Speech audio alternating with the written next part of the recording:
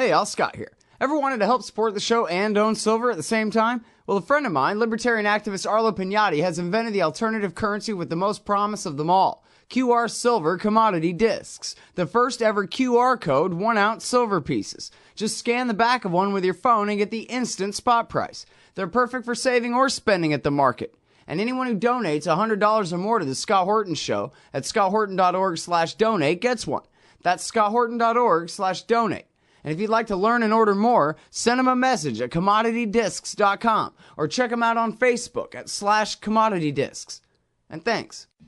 All right, you guys, welcome back to the show. I'm Scott Horton. This is my show, The Scott Horton Show. Appreciate you tuning in. Next up is our friend Andy Worthington. His website is andyworthington.co.uk. andyworthington.co.uk. He's the author of the book, The Guantanamo Files, the stories of 759 detainees in America's illegal prison. And he's also the director and producer of Outside the Law, Stories from Guantanamo. Welcome back to the show, Andy. How are you?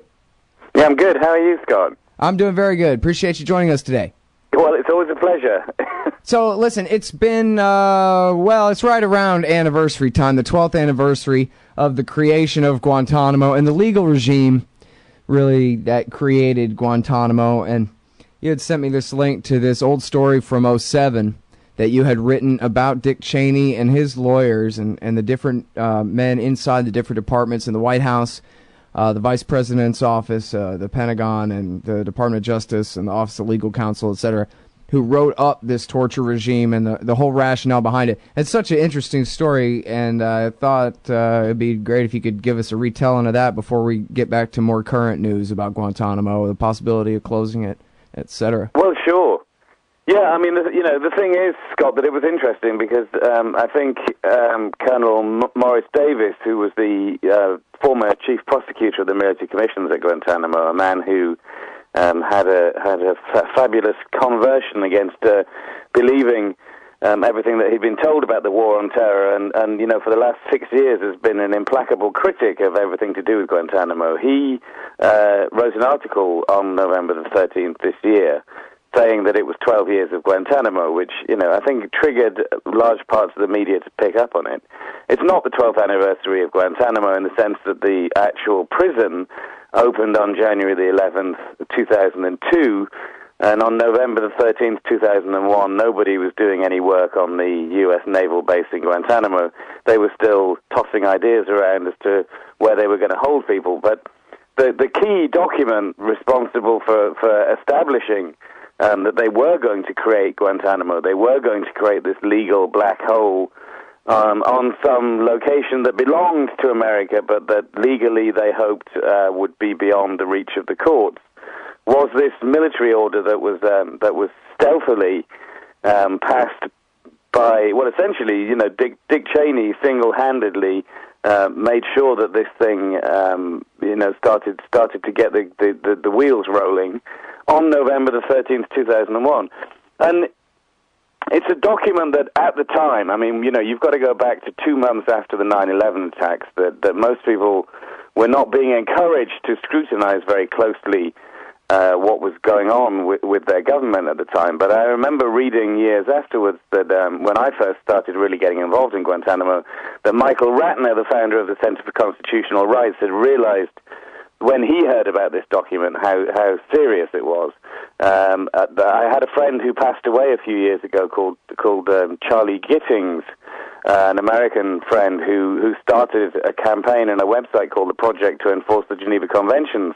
The reason that he became obsessed with this issue was because of this military order.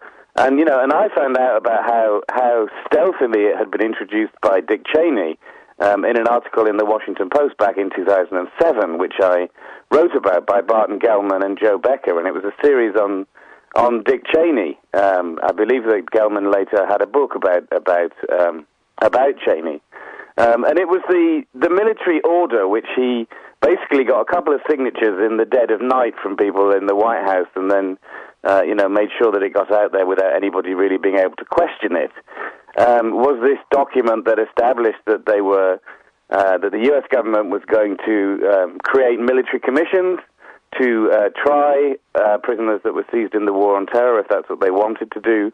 And it was basically the document that set up the not just the trial possibilities, but the detention possibilities. And the military commissions were there if they wanted to try people.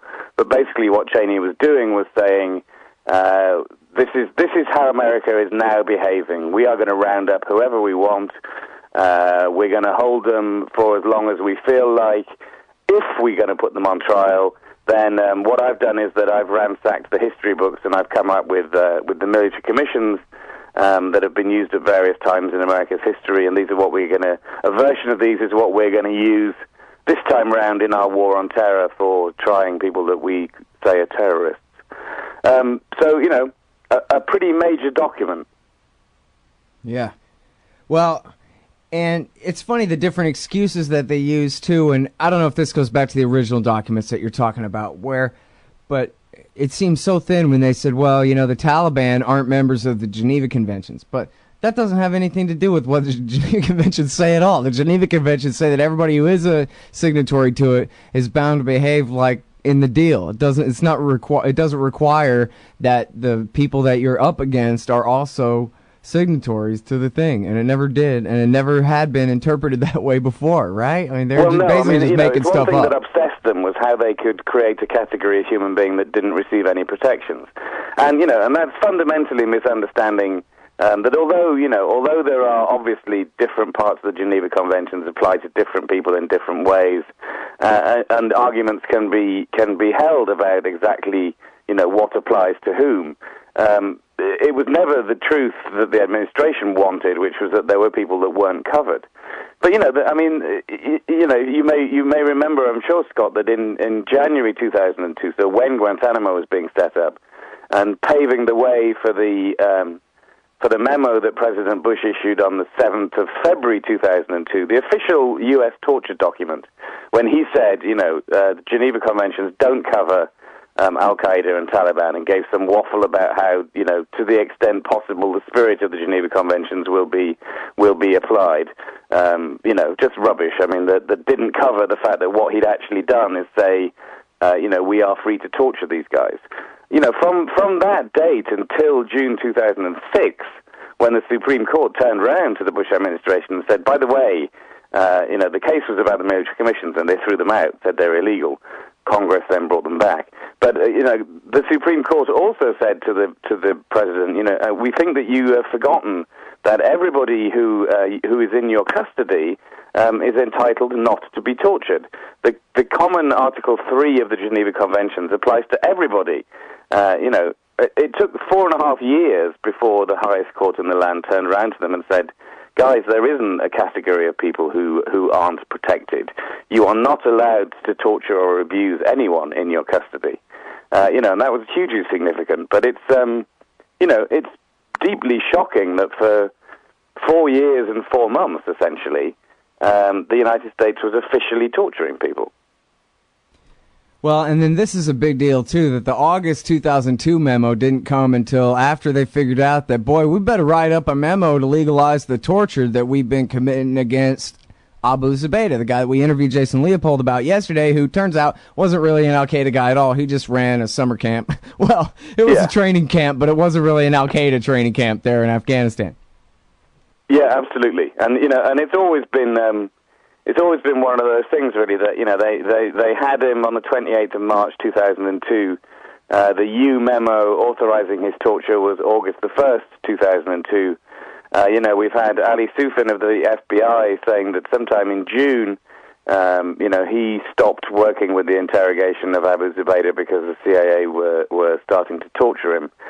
The U memo is the absolute golden shield that if you look up the words Dick Cheney and golden shield, you will find that Dick Cheney permanently invokes that memo as protecting him and the other torturers of the Bush administration from accountability for what they did.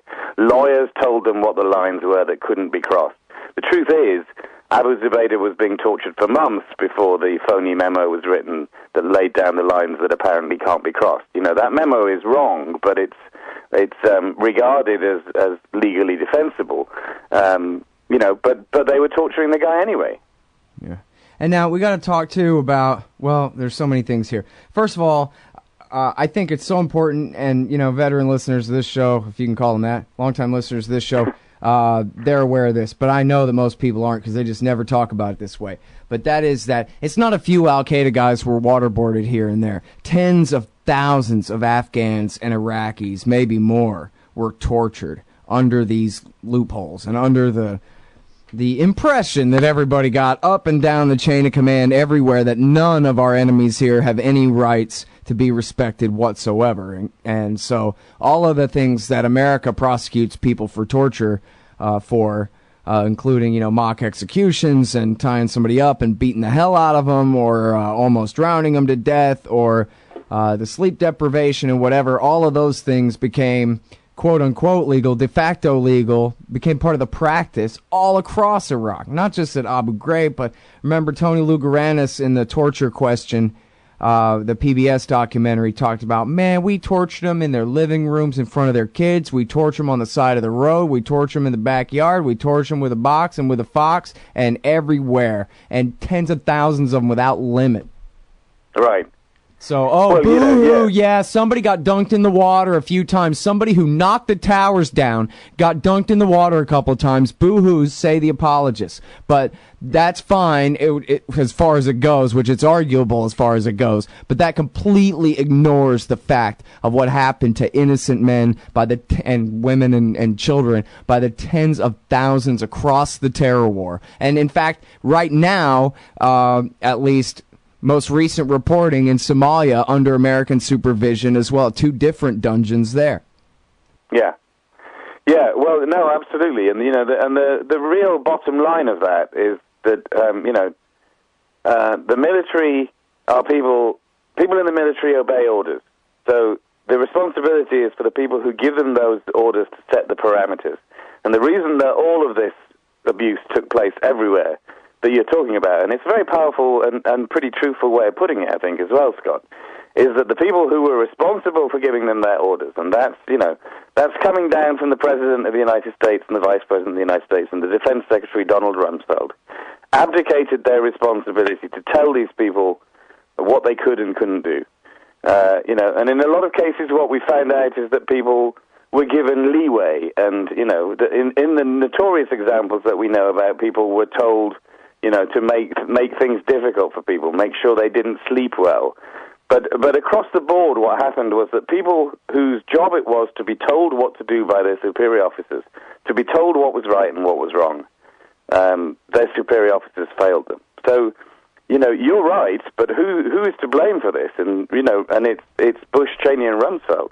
Absolutely. And the lawyers who advised and them. It's not any kind of negligence either. I mean, when they took General Miller from Guantanamo and they brought him to Iraq in order to Gitmoize the process, that was their words, was they wanted to deliberately import that system to Iraq. All the guys at Abu Ghraib on the night shift said, hey, we were softening them up for when the intelligence guys arrived. Did anybody doubt that was true? That they were told that that's what they were supposed to do, was get these guys, looking forward to someone else coming to question them for a minute before the special forces arrive. Yeah, absolutely. I mean, you're forgetting there, Scott, that actually, the Bush administration decided that it was a few bad apples. I'm joking. That's right. We know that was so a it's all whitewash. fine. Well, now, and here's the other thing, is Obama's, his mandate in the Constitution to enforce all the laws, and his mandate under the anti-torture statute that there's no discretion here. In fact, discretion is deliberately excluded from the possibility of things to be considered. There is no discretion. If anybody tortures anybody, you have to prosecute them, it says. And that's an American law that America forced on the whole world anyway, which is good, but, I mean, that's where it came from. Yeah. Well, what we find out, Scott, is that in the end there is a little clique, and the clique is called the United States government, and some of those people are Republicans and some of those are Democrats. But it turns out that when the chips are down and when difficult decisions have to be taken, those difficult decisions won't be taken. Now we can all discuss who put pressure on whom, where, and when, and at what point to make sure that this wasn't going to happen. It wasn't immediately obvious, in 2009 when Obama became president that all the doors to accountability were going to become shut. But it happened pretty swiftly, and that's what happens. Presidents don't go after the crimes of previous presidents. This is a very small and select club of people who don't actually prosecute each other for whatever it is that they do. Right. But the knock-on effect of that has been horrible, because I think the acceptance of torture is a poison. It functions essentially like a poison in the bloodstream of a country, and I think that the acceptance of torture has poisoned America's soul. I think that that's no exaggeration to say that. Everywhere that you look, there are right wingers, maybe people of other beliefs who are ferociously endorsing the right to torture people, the need to torture people, the obligation to torture people. It's infected America, and until that's cut out, until it's addressed, it's a huge, huge problem. Yeah, and the CIA and America's sock puppet dictators around the world have always tortured people, but still, it's the abandonment even of the pretense now.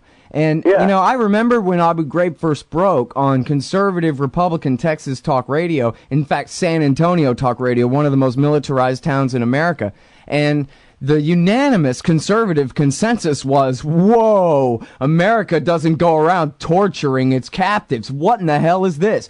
That's the kind of things that countries we attack do. In fact, that was one of the excuses for attacking Iraq. Saddam's a torturer. What in the hell is this? And they were really upset about it. But you know what? After a few years of arguing, turns out it's actually pretty debatable. And now, after a few years of that, we've lived in a country where torture's perfectly debatable. And I don't really believe in souls and collectives, really, but you're right that this society has become sick in a way because of that. But anyway, more with Andy Worthington right after this, y'all. And that common Article 3 says that there will be no outrages upon human dignity. It's very vague. Yeah, indeed it is. We're talking with Andy Worthington, andyworthington.co.uk. He's the author of the Guantanamo Files. He's the world's greatest chronicler of the crime of the Guantanamo Gulag down there in communist Cuba. The American side of the wall, but same difference, basically. And you also wrote up this thing, Andy, very recently here about Omar Khadr. And I was hoping you could tell that story about this young man who... Well, this is Omar Khadr's, latest attempt to get the United States and Canada, his home country, to accept that, he has been treated in the most appalling manner since he was shot in the back in a firefight in Afghanistan as a 15-year-old, where he'd been taken by his father in July 2002. And the story of Omar Khadr really is, it's as bad as it gets in terms of the breaking of laws and making a child the repository of all your kind of vengeance and racism on the part of both the United States and Canada. Because this is a kid who was he was in a compound that was raided by U.S. Special Forces one day in July 2002. Now, they say that he threw a grenade that killed a U.S. Special Forces soldier. The story seems to be that actually the accounts were fabricated afterwards, that Omar was actually shot in the back and was unconscious under a pile of rubble when he was supposed to have been throwing the grenade. But even if he had thrown the grenade, this is wartime, and this is the kind of stuff that happens. But, he's then, Well, and he was, 14 or 15 at the time? He's 15. So, there's an optional protocol to the UN Convention on the Rights of the Child in Armed Conflict, which both the United States and Canada have signed. And that obliges the countries that have signed it to rehabilitate and not punish juvenile prisoners. So those are people who are under 18 at the age that their alleged crimes take place.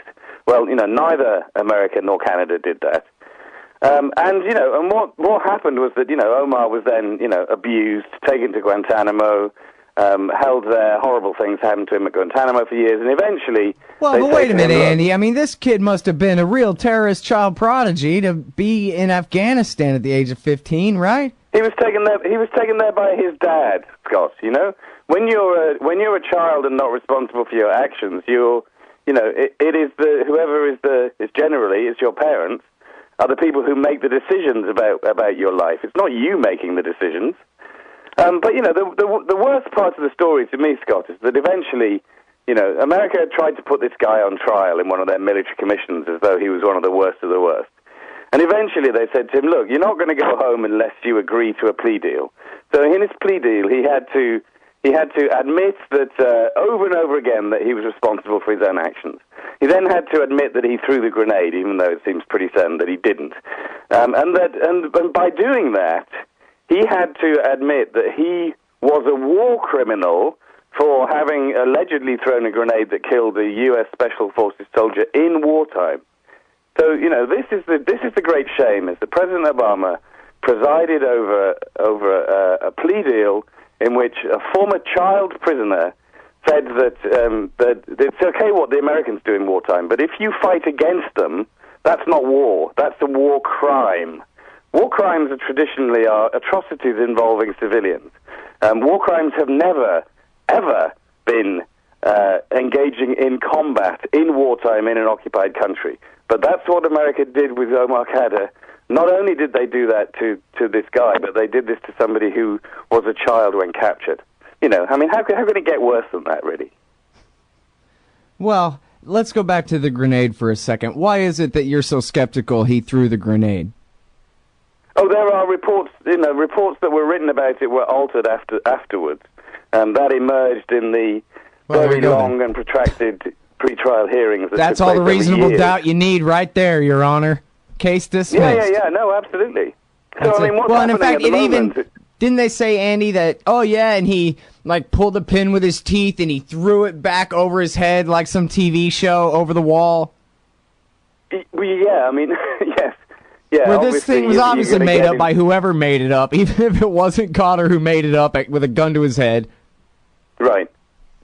No, I mean, it's such a horrible story, but, you know, he's now trying to get his conviction thrown out in the U.S., and he's also trying to get the Canadians to treat him, like a human being. Mm-hmm. Because his plea deal in 2010 involved an 8-year sentence, 1 year to be served in Guantanamo and the other 7 in Canada. Now, Canada dragged their heels for nearly a year, so he was in Guantanamo for nearly 2 years until he went home. And he's still banged up in a maximum security prison in Canada, and the Canadian government, constantly portrays him as, as this monstrous, violent jihadist and confessed murderer, ignoring the fact that, it wasn't a fair trial that he had, and that they themselves, violated all their obligations towards him, because the Supreme Court of Canada decided that a few years ago, that Canadian agents had been to interrogate Omar Khadr at Guantanamo when he was just 16.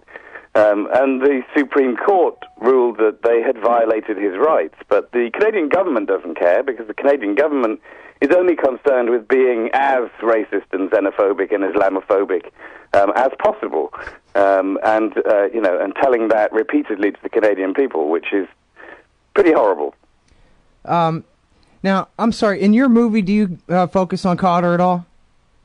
No, we don't. Because I wanted to recommend to people that documentary. Do you happen to know the name of the documentary offhand about Khadr? Because it's so powerful. You don't like the truth. Yeah, exactly. You don't like the truth. That's him protesting to his interrogator. Come on, man. I tried that. The truth. I gave up trying to tell you the truth a long time ago. You got to take a look at that, everybody. It's insane. Yeah, no, it's a very powerful film, isn't it? Yeah. It's really something else. Well, and now, I'm sorry, because we have only like 20 seconds, but can you tell us some of the tortures that this young man endured? Who, Omar Khadr? Yeah. Well, they gave him the whole thing where they isolated him, they put him in painful positions, they subjected him to nudity, to loud noise, There's one point at which I think they sprayed pine disinfectant in the room that he was in. Threatened his family too, right? So that he then urinated, and then they used him as a mop to clean it up. Oh, God. They used him himself as a mop. Oh, my God. And they threatened his parents, didn't they? Or threatened his mother or something? His dad died. We got to go, Andy. I'm sorry. AndyWorthington.co.uk, everybody. Appreciate it, man. Always good to talk to you, Scott.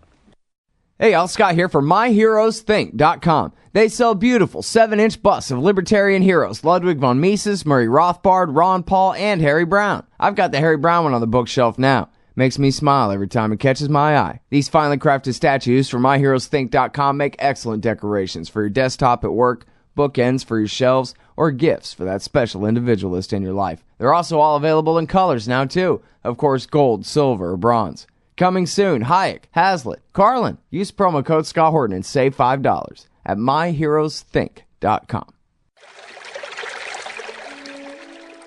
Fact.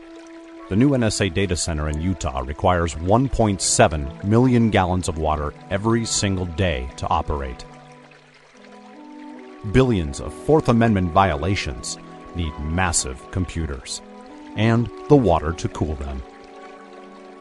That water is being supplied by the state of Utah. Fact. There's absolutely nothing in the Constitution which requires your state to help the feds violate your rights. Our message to Utah: turn it off.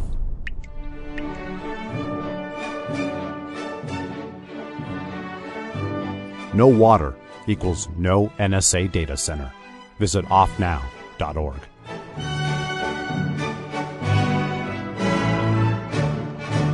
Hey, y'all, Scott here. You like coffee? Me too. Hey, if you're a true connoisseur, you need to try an amazing new roaster out of L.A., Tonks Coffee. These guys are fanatical about delivering the best coffee beans in the world. They get the beans directly from the growers, roast them, and then ship them to you within 24 hours. They're as fresh as can be. Tonks is a subscription-only service, and they're offering a free sample to listeners to this show. Give it a try. If you like it, you can sign up. Then every 2 weeks, you get a new batch of incredible coffee beans roasted to perfection. If you're hitting the cafe or drive-thru most mornings, this is a better and more economical way to get great coffee. Go to tonks.org/liberty. That's TONX.org/liberty. Hey, I'm Scott Horton here to talk to you about this great new book by Michael Swanson, The War State, The Cold War Origins of the Military-Industrial Complex and the Power Elite. In the book, Swanson explains what the revolution was, the rise of empire, and the permanent military economy, and all from a free market libertarian perspective. Jacob Hornberger, founder and president of the Future Freedom Foundation, says the book is absolutely awesome, and that Swanson's perspectives on the Cold War and the Cuban Missile Crisis are among the best I've read. The poll numbers say that people agree on one thing. It's that America is on the wrong track. In The War State, Swanson gets to the bottom of what's ailing our society. Empire, the permanent national security bureaucracy that runs it, and the mountain of debt that has enabled our descent down this dark road. The War State could well be the book that finally brings this reality to the level of mainstream consensus. America can be saved from its government and its arms dealers. First, get the facts. Get The War State by Michael Swanson, available at your local bookseller and at Amazon.com. Or just click on the book in the right margin at scotthorton.org. Hey y'all, Scott here. Man, I had a chance to have an essay published in the book Why Peace, edited by Mark Gutman, but I didn't understand what an opportunity it was. Boy, do I regret I didn't take it. This compendium of thoughts by the greatest anti-war writers and activists of our generation will be remembered and studied long into the future. You've got to get Why Peace. You've got to read Why Peace. It features articles by Harry Brown, Robert Naiman, Fred Bronfman, Dahlia Wasfy, Richard Cummings, Karen Kotowski, Butler Schaefer, Kathy Kelly, Robert Higgs, Anthony Gregory, and so many more. Why Peace? Because war is the health of everything wrong with our society. Get Why Peace down at the bookshop or Amazon.com. Just click the book in the right margin at scotthorton.org.